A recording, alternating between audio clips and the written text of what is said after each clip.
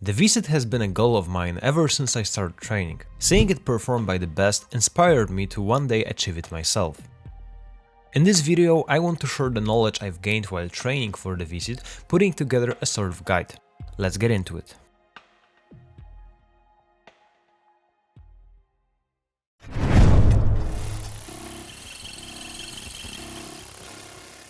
The vsit is a static skill where the body is supported only on hands and the shape we create looks like the letter V. At the same time, we are fighting against gravity. Our center of mass needs to stay right above the palms in order to remain balanced.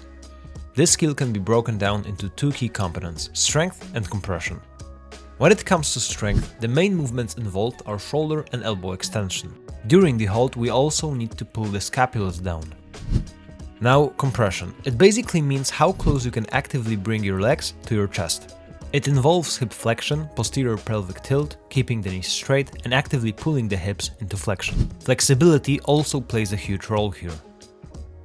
To sum up, the main vsit exercises should train strength and compression together. Also, the vsit is heavily dependent on hamstring and back flexibility, so improving that should be a top priority.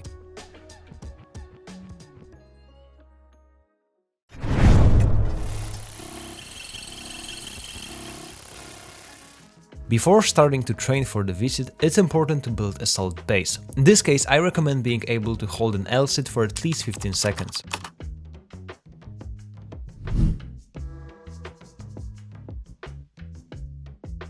Optionally, it's also helpful to have some level of hamstring flexibility. However, in the case of the vsit, this can be developed alongside the other progressions. When it comes to training the vsit directly, my focus would be on one main exercise, the vsit progression holds. The very first progression is the tug vsit, followed by the low vsit. And each of these can be broken down into several levels until we eventually reach the fully vertical position. A useful tip here is to focus on strengthening the arms and locking out the elbows from the very beginning. In the low vsit, try to also keep the legs as straight as possible. Over time, you can experiment with opening the legs wider and lifting them higher. This progression will not only maintain all the necessary coordination, but also gradually scale the torque demands at the shoulders, elbows and legs.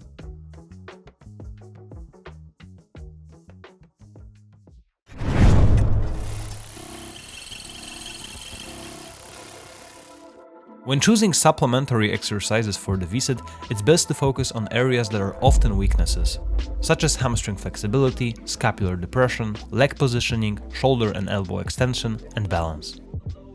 These exercises are performed after the main work. The first one I recommend is the vsit compression. Personally, this exercise helped me keep my legs fully extended, which I struggled with, despite having good flexibility. In this exercise, we actively pull ourselves into a compressed position using trunk strength, which is very specific to what we need for the vsit. At the same time, we push into the floor. Being able to fold the body in this way can have a huge impact on overall vsit performance. Second exercise I recommend is the L-sit to vsit raise, ideally performed on parallettes. It's important to keep arms straight and elbows fully locked throughout the movement, while actively pushing into the floor as you lift your legs.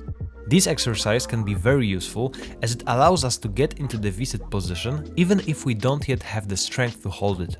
Part of this is thanks to the momentum we generate, and part is because performing it on parallettes gives us extra space to move safely and effectively.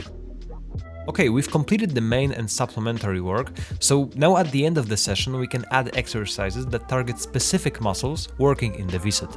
First one I recommend is the prone barbell hyperextension. This exercise is very specific for developing the rear delts and isolating them. It also works in the range that is heavily used in the vsit.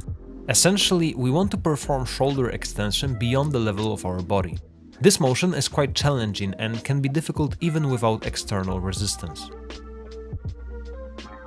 Moving on to the second exercise, since we've covered the shoulders, the next focus is the triceps, specifically tricep push-ups. The progression is very simple. You can add weight or elevate your hands to increase the range of motion. I have to say, this is one of my favorites since you can do it almost anywhere.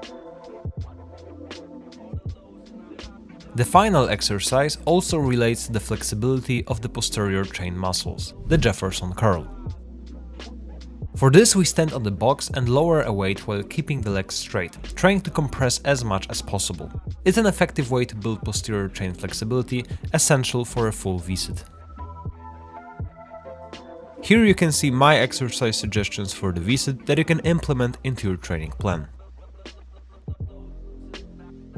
To sum up, I consider the vsit a really fun skill to unlock, especially since it can be combined with others like the handstand press. It also looks very iconic and impressive.